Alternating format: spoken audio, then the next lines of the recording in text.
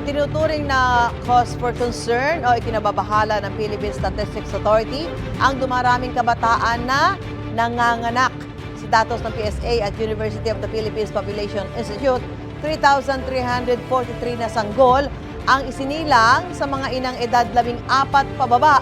Noong 2023, mahigit doble kumpara noong nakaraang dekada. Ayon kay UP PI Professor Maria Medea Cabamalan, nakababahala ito dahil hindi pa dapat nagkakaanak ang mga babae sa ganyang edad.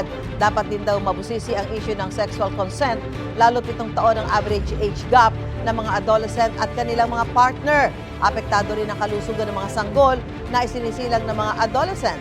Nitong 2023, 25% ng mga kanilang mga sanggol ay mas mababa sa 2.5 kilos ang timbang. Mas mataas kumpara sa 20% noong 2013.